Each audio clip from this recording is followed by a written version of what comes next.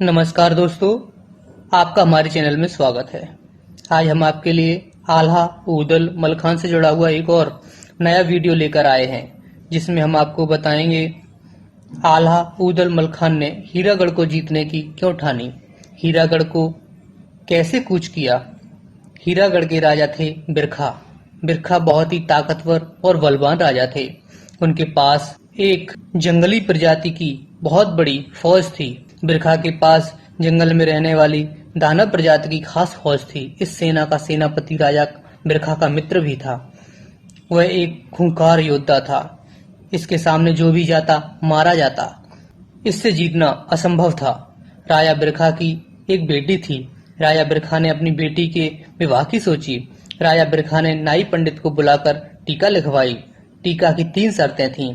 पहली शर्त थी रेत में युद्ध, दूसरी शर्त थी उनकी जंगली दानवों की सेना से युद्ध, तीसरी शर्त थी उनकी रानी के हार की चोरी और राजा के हीरे की चोरी। राजा बिरखा ने टीका में शर्तें लिखवाकर टीका नाई पंडित को दे दी और नाई पंडित से कहा, जो भी राजा टीका ले उससे कहना तीनों शर्तों को पूरा किए बिना विवाह नहीं होगा, अर्थात युद्ध जीते बिना शादी नहीं होगी। फिर राजा बिरखा ने टीका के साथ साथ बहुत सारा धन नाई पंडित को नेक के रूप में दिया। फिर नाई पंडित टीका लेकर हीरागढ़ से चल दिए। नाई पंडित जिस भी राजा के पास जाते वह राजा विवाह की शर्तें सुनकर टीका लेने से इनकार कर देता। नाई पंडित परेशान हो जाते हैं। फिर नाई पंडित कुडहर में पहुंचते हैं, जहां उनकी भेंट बोनाचोर से होती है। बोनाचोर नाई पंडित से पूछता है, कहाँ जा रहे हो? तब नाई पंडित कहते हैं, हम हीरागढ़ से आए हैं। हीरागढ़ के राजा बिरखा की बेटी का टीका लेकर आए हैं।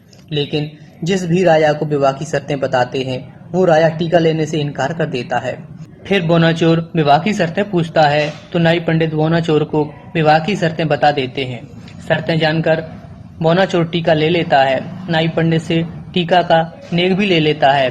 इसके बाद बोनाचोर कहता है, राजा बिरखा से कहना हम जल्द ही बारात लेकर आएंगे।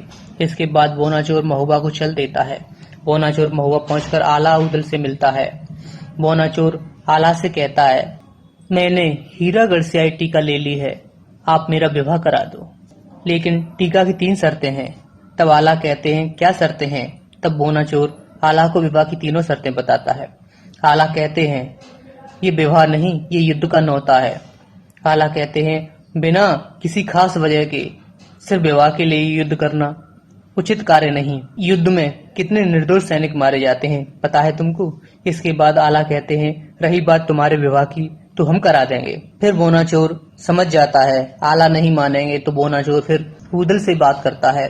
बोनाचोर कहता है, मित्र कुछ तो करो, अब तो टीका ले लिया है, अगर टीका वापस कर दी तो जग हंसाई होगी, सारे राजा तुम्हारे मित्र पर हंसेंगे। मैंने तो टीका ही आला ऊदल के बल पर ली थी, मुझे पूरा भरोसा था आला ऊदल जरूर मेरा विवाह करा देंगे।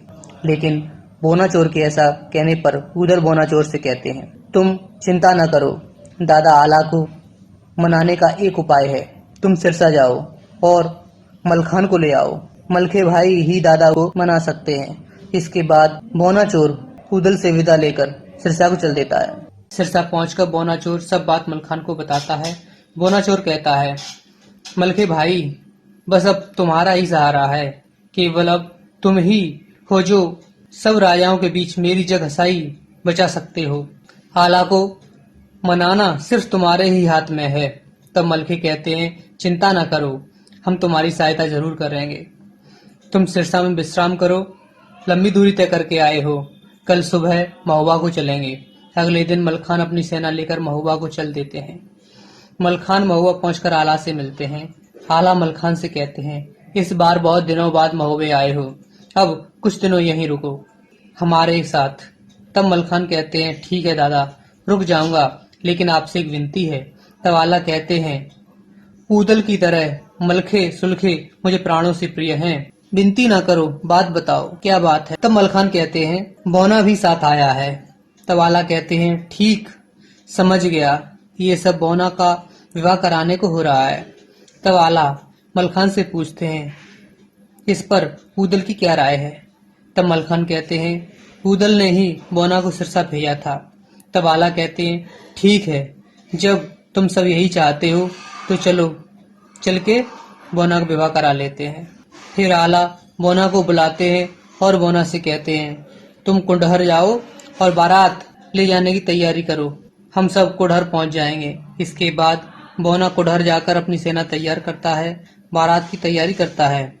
फिर आला, उदल, मलखान, ढेवा, सैयद सभी महोबे के वीर सेना सहित कुडहर पहुंच जाते हैं। कुडहर पहुंचकर बोना चोर को दूल्हा बनाया जाता है। फिर जब सारी तैयारियां हो जाती हैं तब बारात चल देती है। दोस्तों, ये बारात कम फौज ज्यादा थी, जिसमें हाथी, घोड़े, रथ, पैदल सैनिकों की भरमार थी। ऐसा लग रहा था जैसे कोई सेना किसी देश पर हमला करने जा रही हो। चलते चलते बारात हीरागढ़ की सीमा में पहुंचती है, जहां रेत का मैदान था, जैसा राजा बिरखा ने शर्त में लिखा था। हीरागढ़ पहुंचते ही रेत के मैदान में बारात को हीरागढ़ की फौज से युद्ध करना होगा, जिसका अर्थ था यदि हार होती है तो यहीं से घर वापसी। एक ओर महोबे की सेना थी, दूसरी ओर हीरागढ़ की, बीच में रेत का मैदान। इसी मैदान पर रणभूमि सजनी थी। फिर आला दूध भेजकर हीरागढ़ की सेना को संदेश भेजते हैं कि हम बोना चोर की बारात लेकर आए हैं, हीरागढ़ की राजकुमारी के साथ विवाह कराने को। राजा बिरखा को सूचना दे दो। इसके बाद हीरागढ़ की सेना का सेनापति आला को संदेश भिजवाता है कि जैसा राजा बिरखा ने पहले ही निश्चित कर दिया है, बिना युद्ध किए बारात आगे नहीं बढ़ेगी। हमें हराओ और आगे बढ़ो। हम भी देखना चाहते हैं वो आला, उदल, मलखान कैसे वीर हैं जिनका चर्चा बावनगढ़ में है।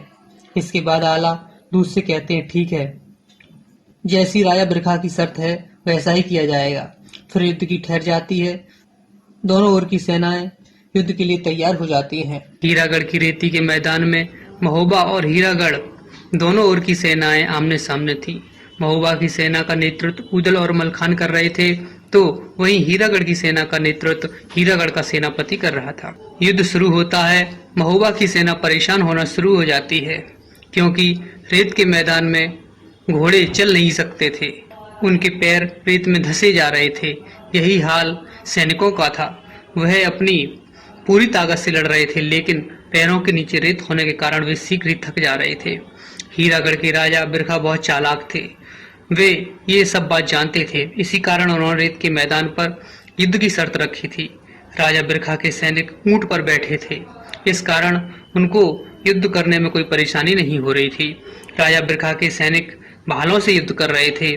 ऊंट पर बैठे होने के कारण वे महोबा के सैनिकों की पहुंच में नहीं आ पा रहे थे, जबकि हीरागढ़ के सैनिकों के हाथों में लंबे लंबे भाले होने के कारण वे लगातार महोबा के सैनिकों को मारे जा रहे थे।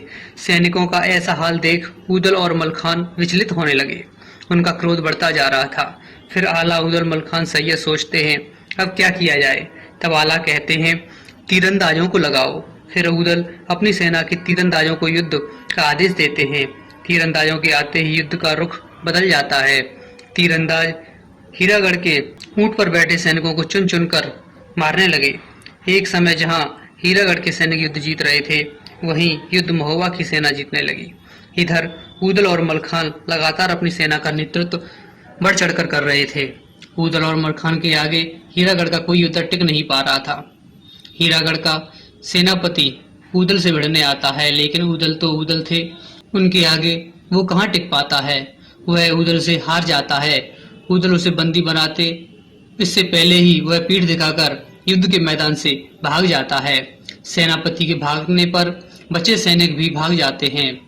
इधर आला की सूझबूझ और उदल मलखान की वीरता और महोबा के तीरंदाजों के पराक्रम से महोबा की सेना युद्ध जीत जाती है। इसके साथ ही विवाह की पहली शर्त पूरी हो जाती है। इसके बाद आला राजा बिरखा को संदेश भेजते हैं कि आपकी पहली शर्त हमने पूरी कर दी है, हम रेती की लड़ाई जीत गए हैं। इधर राजा बिरखा अपनी सेना की हार से तिरमिला गए। हार तो हार होती है, अपने साथ जो अपमान लेकर आती है वह बहुत ही दुखदायक और कष्टकारी होता है। राजा बिरखा खून के आंसू पी रहे थे। उनको उम्मीद नहीं थी कि उनकी सेना हार जाएगी। फिर महोबा की सेना उस रेत के मैदान को पार कर हीरागढ़ की सीमा में घुस जाती है, जहाँ एक नदी होती है। नदी को पार करना होता है, लेकिन राजा बिरखा ने मल्लाहों को नदी की सुरक्षा के लिए लगा रखा होता है। ये मल्लाह आला, उदल, मलखान की सेना को नदी पार करने से रोक देते हैं। इस पर आल्हा ऊदल मलखान का इन मल्लाहों से युद्ध होता है। आल्हा ऊदल मलखान इन मल्लाहों की सेना को युद्ध में हरा देते हैं और हराकर आगे बढ़ते हैं। जहां घना जंगल होता है, इसी जंगल में हीरागढ़ के राजा बिरखा के खूंखार जंगली दानवों की फौज होती है। ये जंगली दैत्य बहुत ही खूंखार लड़ाके थे। इनके लिए युद्ध का कोई नियम नहीं था, चाहे दुश्मन निहत्था हो या पीठ दिखाकर भाग रहा हो। इनका बस एक ही काम था, दुश्मन देखो और खत्म करो। इस सेना का सेनापति एक बहुत ही खूंखार विशालकाय दैत्य था, जिस पर पार पाना आला उदल मलखान तीनों के लिए बहुत मुश्किल था। जैसे ही महुए की सेना जंगल पार करने को जंगल में प्रवेश करती है, उन पर अचानक दैत्यों का हमला हो जाता है। इस अचानक हमले ने महुए की सेना को संभलने का भी मौका नहीं दिया। फिर आल्हा ऊदल मलखान मोर्चा संभालते हैं। आल्हा ऊदल मलखान तीनों वीर बहुत ही प्रचंड युद्ध करते हैं। धीरे धीरे महोबा की सेना जंगली दानवों की सेना पर हावी होने लगती है। आल्हा ऊदल मलखान की मार दानव झेल नहीं पाते, बहुत से मारे जाते हैं, बहुत से मैदान छोड़कर भाग जाते हैं। इस तरह आल्हा ऊदल मलखान और महोबे के योद्धा यह युद्ध जीत जाते हैं। लेकिन दोस्तों, शर्त के अनुसार सेना के सेनापति दैत्य को हराना जरूरी था, लेकिन यह दैत्य जंगल में जाकर छिप गया। महोबा की सेना ने इस दैत्य को बहुत खोजा, लेकिन ये कहीं नहीं मिला। फिर आला कहते हैं, अगर इस दैत्य को हराना है तो गुरु गोरखनाथ का आशीर्वाद लेना होगा। फिर आला उदल मलखान गुरु गोरखनाथ के पास जाते हैं। गुरु गोरखनाथ अपने शिष्यों को आया देखकर प्रसन्न हो जाते हैं। गुरु गोरखनाथ फिर आने का कारण पूछते हैं तो आला बात बता देते हैं। तब गुरु गोरखनाथ अपने योग का प्रयोग कर बताते हैं, वह दैत्य जंगल में गुफा है, उस गुफा में छिपा बैठा है। फिर गुरु गोरखनाथ गुफा का रास्ता बताते हैं। गुरु गोरखनाथ कहते हैं, पुत्रों, उस दैत्य से सावधान रहना, वह एक बहुत ही शक्तिशाली दैत्य है। उसके आगे अच्छे अच्छे योद्धा ढेर हो सकते हैं, वह बहुत ही सामर्थ्यवान और बलवान है। फिर उदल कहते हैं, गुरुदेव, अगर आपका आशीर्वाद हमारे साथ है तो हमें कोई नहीं हरा सकता। उदल के इतना कहने पर गुरु गोरखनाथ उदल के सिर पर हाथ रखकर उदल को विजयश्री का आशीर्वाद देते हैं। इसके बाद आल्हा उदल मलखान गुरु गोरखनाथ से आशीर्वाद लेकर वापस लौट आते हैं। फिर गुरु गोरखनाथ के बताए रास्ते के अनुसार आला उदल मलखान सैयद बोनाचोर गुफा की खोज में जंगल में घुस जाते हैं। दैत्य की गुफा जंगल के बीचों बीच थी, जहां जंगल बहुत ही घना था। अगर एक बार कोई अंदर आ जाए तो उसका वापस निकलना बहुत ही मुश्किल था। लेकिन आल्हा उदल मलखान कहां हार मानने वाले थे। आखिरकार वे उस गुफा तक पहुंच ही जाते हैं, जहां राजा बिरखा का दैत्य छुपा बैठा था। दानव की गुफा बहुत विशालकाय थी। इस गुफा में अंदर अंधेरा था। तब बनाफर मसाल जलाकर अंदर घुस जाते हैं। गुफा बहुत बड़ी थी, बहुत ढूंढने पर भी दानव कहीं नहीं मिलता। तब मलखान आला से कहते हैं, दानव तो कहीं नहीं मिल रहा, अब क्या किया जाए। तब आला कहते हैं, गुरुजी ने बताया है दानव यहीं है, तो फिर यहीं होगा, बस हमें वो दिख नहीं रहा, हम उसे ढूंढ नहीं पा रहे। तभी उदल एक जगह एक बड़ा सा पत्थर देखते हैं और कहते हैं, दादा, ये पत्थर कैसा रखा है। गुफा के अंदर ऐसा पत्थर तो दानव गुफा के मुंह पर ही रखते हैं। तब सभी बनाफरों पत्थर के पास जाते हैं और पत्थर को हटाते हैं। पत्थर हटाते ही बनाफरों को एक रास्ता दिखाई देता है, लेकिन ये रास्ता बहुत छोटा था। इसमें एक बार में केवल एक ही आदमी घुस सकता था। अब प्रश्न ये था कि इसके अंदर घुसेगा कौन। तब बोनाचोर कहता है, मेरा शरीर छोटा है, मैं आसानी से इसके अंदर घुस जाऊंगा। तब उदल कहते हैं, ये ठीक नहीं। तब बोनाचोर कहता है, ठीक क्यों नहीं। तब उदल कहते हैं, दानव जरूर किसी दूसरे रास्ते से इसके अंदर घुसा बैठा है। अगर वह अंदर है तो बोना के अंदर जाते ही वह बोना पर हमला कर देगा। दानव बोना को मार देता है तो विवाह किसका कराएंगे। फिर हमें बारात बिना दुल्हन के ही ले जानी पड़ेगी। सोचो हमारी कितनी बेइज्जती होगी। सभी राजा कहेंगे कि दूल्हा को भी नहीं बचा पाए, गए थे विवाह कराने। तब मलखान कहते हैं, तो फिर मैं अंदर जाकर दानव से युद्ध करूंगा और दानव को मारकर वापस आऊंगा। तब उदल कहते हैं, छोटे भाई के रहते बड़े भाई को लड़ने जाना पड़े, यह छोटे भाई के लिए बहुत ही शर्म की बात है। मैं जाता हूँ दानव से लड़ने। इतना कहकर उदल एक हाथ में तलवार दूसरे हाथ में मसाल लेकर उस गुफा में उतर जाते हैं। शीघ्र ही ऊदल उस जगह तक पहुंच जाते हैं जहां दानव बैठा था। दानव ऊदल को देखकर कहता है, आखिर ढूंढ ही लिया ऊदल। ऊदल, तुम अकेले ही मुझसे युद्ध करने आ गए। तुम सा वीर दूसरा कोई नहीं, लेकिन आज ये तुम्हारी आखिरी लड़ाई होगी।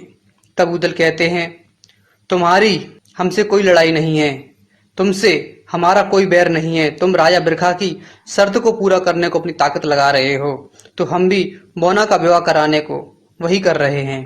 तुम अपनी हार स्वीकार कर लो और हमें शर्त पूरी करने दो। इस पर दानव कहता है, मैं बिना लड़े हार स्वीकार नहीं करूंगा। तब ऊदल कहते हैं, तो फिर लड़ने को तैयार हो जाओ।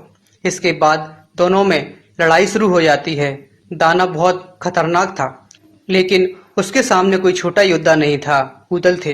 दोनों ही बहुत प्रचंड युद्ध करते हैं।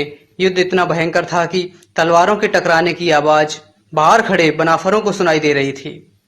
युद्ध कई घंटों चलता है। अंततः ऊदल दानव पर विजय पाने में सफल हो जाते हैं। ऊदल दानव को हराकर गुफा से बाहर आते हैं तो सभी बनाफर ऊदल की इस जीत पर बहुत खुश होते हैं। सैनिक ऊदल की जय जयकार करने लगते हैं। इसके साथ ही बनाफर राजा बिरखा की ये दूसरी शर्त भी पूरी कर देते हैं। इसके बाद आल्हा राजा बिरखा को उनकी दूसरी शर्त पूरी करने की सूचना देते हैं। राजा बिरखा दो युद्ध हारने से तिलमिला उठे थे। उन्होंने आल्हा ऊदल के लिए जो जाल बिछाया था, उस जाल में आल्हा ऊदल मलखान फंसे नहीं, इसका उल्टा ही हुआ। राजा बिरखा दोनों लड़ाई हार गए। इससे उनकी बहुत बेइज्जती हुई। इसके बाद राजा बिरखा ने खुद जाकर आल्हा ऊदल मलखान से युद्ध का निर्णय लिया। राजा बिरखा अपने सेनापति और सेना सहित आल्हा ऊदल से युद्ध करने खुद आ गए। राजा बिरखा ने आल्हा ऊदल को युद्ध को ललकारा। राजा बिरखा ने दूत से कहलवाया कि दो छोटी लड़ाई जीतकर खुद को वीर मत समझो, अगर बहादुर हो तो हमसे युद्ध करो। इसके जवाब में आल्हा ने कहलवाया, हम तो युद्ध आपकी शर्त के अनुसार आपके कहने पर कर रहे थे, हम निरर्थक युद्ध नहीं करते। ये युद्ध आपके कारण हो रहे हैं, इसके लिए आप ही जिम्मेदार हैं। अब भी समय है, सेना लेकर लौट जाओ और बोना की बारात का स्वागत करो। अगर नहीं लौटते हो तो हम इसे युद्ध की चुनौती मानेंगे और युद्ध करेंगे। अब फैसला आपके हाथों में है, क्या करना है। आल्हा का ऐसा जवाब सुनकर राजा बिरखा कहते हैं, हम युद्ध को सेना लेकर निकले हैं, अब रणभूमि से लौटने का प्रश्न ही नहीं उठता। इसके बाद दोनों ओर के वीर आमने सामने आकर खड़े हो गए। जैसे ही युद्ध का शंखनाद होता है, बनाफर राजा बिरखा की सेना पर भूखे शेरों की तरह टूट पड़े। महोबा की सेना विकट युद्ध करती है। मलखान से राजा बिरखा कहते हैं, वो ऊदल कहाँ है जिसने हमारे मित्र पराक्रमी दानव को हराया, हम भी तो देखें उसकी बाजुओं में कितनी ताकत है। इसके बाद ऊदल राजा बिरखा के सामने आ जाते हैं और कहते हैं, मैं हूँ ऊदल, मैंने हराया है दानव को। इसके बाद राजा बिरखा ऊदल से कहते हैं, मैं तुम्हें मारकर दानव का बदला लूंगा, सावधान हो जाओ। इसके बाद ऊदल और राजा बिरखा में लड़ाई शुरू हो जाती है तो मलखान सेनापति से भिड़ जाते हैं। वीर मलखान को ऐसे ही महावीर नहीं कहा जाता था। उन्होंने राजा बिरखा के सेनापति को हराने में ज्यादा समय नहीं लिया। राजा बिरखा का सेनापति मलखान के हाथों वीर गति को प्राप्त हुआ। राजा अपने सेनापति की हार से तिलमिला गए। राजा बिरखा की खीज का कारण यह भी था कि खुद उनकी ऊदल के सामने कोई पेश नहीं जा रही थी। ऊदल के आगे राजा बिरखा की सारी हेकड़ी निकल गई थी। राजा बिरखा ने जो बड़ी बड़ी बातें की थी, सब झूठी साबित हो रही थी। ऊदल ने राजा बिरखा के पसीने छुड़ा रखे थे।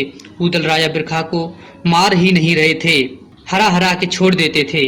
राजा बिरखा फिर युद्ध को खड़े होते, ऊदल राजा बिरखा को फिर हरा देते। ऊदल हराने के बाद राजा बिरखा से कहते, राजा हार मानो और घर जाओ, अपनी रानियों से घावों पर दवा लगवाओ।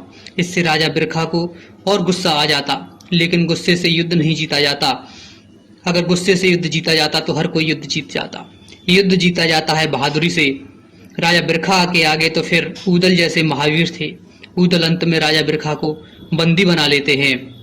ऊदल राजा बिरखा को मारते नहीं, छोड़ देते हैं, क्योंकि वह दुल्हन के पिता को मारना नहीं चाहते थे। हीरागढ़ के राजा आज हीरागढ़ में ही बंदी बने हुए थे। फिर बिरखा को बंदी बनाकर ऊदल आल्हा के सामने लाते हैं। इसके बाद राजा बिरखा की तीसरी शर्त पूरी करने की बारी आती है। इसके लिए बौनाचोर आगे आता है और कहता है, तीसरी शर्त मैं पूरी करूंगा। तब बौनाचोर हीरागढ़ के एक बंदी सैनिक के वस्त्र लेकर उनको पहन लेता है और अपने घोड़े पर सवार होकर हीरागढ़ के किले की ओर चल देता है। बौनाचोर हीरागढ़ के किले के फाटक पर जाकर फाटक खुलवाने को कहता है। द्वारपाल बौनाचोर को अपना सैनिक समझकर बौनाचोर को किले में प्रवेश करा लेता है। फिर बौनाचोर सैनिकों से कहता है, राजकुमार प्रीतम के लिए महाराज बिरखा का अत्यंत गोपनीय संदेश है। इसके बाद राजकुमार प्रीतम बौनाचोर के पास आते हैं। तब बौनाचोर कहता है, राजकुमार, महाराज और बनाफर उदल में घमासान युद्ध होता है, लेकिन महाराज वीरता पूर्वक लड़ते हुए बंदी बना लिए गए हैं। इतना सुनते ही महल में सन्नाटा छा जाता है। इसके बाद बौना कहता है, महाराज ने बंदी बनाए जाने से पूर्व 2 संदेश दिए थे। पहला ये कि राजकुमार प्रीतम सेना लेकर महाराज की सहायता को जाएं और राजकुमार शांतामल और कांतामल किले की सुरक्षा करें। बौना की ऐसी बातें सुनकर सभी को बौना पर भरोसा हो जाता है। कोई ये नहीं जान पाता कि यही दूल्हा है जो राजकुमारी से विवाह करने आया है। इसके बाद रानी पूछती है, महाराज का और क्या संदेश है? तब बौना कहता है, महाराज का दूसरा संदेश है कि किसी भी तरह विवाह की तीसरी शर्त पूरी न होने देना। अगर विवाह की तीसरी शर्त पूरी हो गई तो विवाह करना पड़ेगा। इसके बाद महाराज ने आदेश दिया कि हीरा और रानी की अंगूठी किले से बाहर भिजवा दो। अगर किले में ये दोनों चीजें रहती हैं तो महबूबा का कोई भी आदमी इनको चुराने का प्रयास करेगा। महाराज ने मुझे आदेश दिया था कि मैं रानी से अंगूठी और हीरा लेकर कहीं दूर चला जाऊं, जिससे ये दोनों चीजें बारातियों के हाथों नहीं लगेंगी और सुरक्षित रहेंगी, जिससे विवाह की तीसरी शर्त पूरी नहीं हो पाएगी। रानी को बौना पर भरोसा हो गया था। रानी कहती हैं, राजकुमार प्रीतम, तुम शीघ्र ही सेना लेकर महाराज की सहायता को निकलो। इतना सुनते ही राजकुमार प्रीतम सेना लेकर महाराज की सहायता को चल देते हैं। राजकुमार प्रीतम के जाने के बाद रानी बौना को अंगूठी और हीरा लाकर दे देती हैं। इसके बाद बौना हीरा और अंगूठी लेकर महल से निकल जाता है। महल से निकलते ही वह द्वारपालों से कहता है कि मैंने महाराज की तीसरी शर्त, महाराज का हीरा और अंगूठी चुराने को पूरा कर लिया है। महाराज की तीनों शर्तें पूरी हो गई। मैं ही बौना चोर हूँ जो राजकुमारी से विवाह करने आया हूँ। फिर बौना कहता है, द्वारपालों, ये संदेश रानी को दे देना। इतना सुनते ही द्वारपालों में हड़कंप मच जाता है। द्वारपाल भागे भागे जाते हैं रानी के पास और रानी को सारी बात बताते हैं।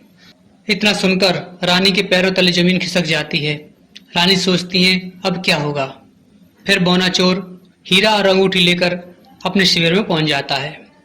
हीरागढ़ के राजकुमार प्रीतम अपने पिता के बंदी बनाए जाने पर सेना लेकर युद्ध भूमि पर आते हैं। आते ही ऊदल को युद्ध के लिए ललकारते हैं। राजकुमार प्रीतम अपने पिता के बंदी बनाए जाने से बहुत ज्यादा आहत थे। राजकुमार प्रीतम ऐसे आग बबूला हो रहे थे जैसे ये ऊदल को आज जीवित नहीं छोड़ेंगे। युद्ध की चेतावनी सुनकर ऊदल कहाँ शांत बैठने वाले थे। बड़े भाइयों आला और मलखान को प्रणाम कर युद्ध की आज्ञा लेते हैं। इसके बाद अपने घोड़े वेंदुला पर सवार होकर सेना सहित रणभूमि में आ जाते हैं। ऊदल को देखकर राजकुमार प्रीतम कहते हैं, तुमने मेरे पिता को बंदी बनाकर उनका जो अपमान किया है उसके लिए मैं तुम्हें कभी क्षमा नहीं करूंगा। इसका दंड मैं तुम्हें तुम्हारे प्राण लेकर दूंगा। इतना सुनकर ऊदल हंसने लगते हैं और कहते हैं, तुम्हारे पिता की हमारे सामने एक न चली तो तुम्हारी तो औकात ही क्या है। अगर अपनी जान की सलामती चाहते हो तो सेना लेकर लौट जाओ। ऊदल की ऐसी बात सुनकर राजकुमार प्रीतम क्रोध में आ जाते हैं। राजकुमार प्रीतम अपनी तलवार से ऊदल पर हमला कर देते हैं, लेकिन ऊदल बार बचा लेते हैं। तब ऊदल कहते हैं, क्या तुम्हारे गुरु ने तुम्हें धोखे से वार करना ही सिखाया है? अब वार करो, देखें कितना दम है तुम्हारे बाजुओं में। इसके बाद दोनों ओर से सेनाएं भिड़ जाती हैं। घमासान युद्ध आरंभ हो जाता है। ऊदल जैसे महावीर के आगे प्रीतम जैसे राजकुमार तो बौने साबित होते हैं। राजकुमार प्रीतम ऊदल की मार नहीं झेल पाते। ऊदल तलवार से वार करते हैं जिससे राजकुमार प्रीतम घोड़े से गिर जाते हैं। इसके बाद ऊदल अपने घोड़े बेंदुला से उतरकर नीचे आ जाते हैं और एक वार कसके करते हैं जिससे प्रीतम की तलवार हाथ से छूट जाती है। प्रीतम निहत्थे हो जाते हैं। इसके बाद ऊदल राजकुमार प्रीतम को बंदी बना लेते हैं। प्रीतम के बंदी बनाए जाते ही ऊदल जीत का डंका बजा देते हैं। जीत के डंके की आवाज जब बंदी बने राजा बिरखा के कान में पड़ती है तो राजा बिरखा का दिल बैठ जाता है। वे सोचते हैं कहीं उनका बेटा वीरगति को प्राप्त तो नहीं हो गया। इसके बाद ऊदल बंदी प्रीतम को आला के सम्मुख लाते हैं। फिर आला प्रीतम को बंदी राजा बिरखा के सामने ले जाते हैं। राजा बिरखा प्रीतम को सही सलामत देखकर सांस में सांस लेते हैं।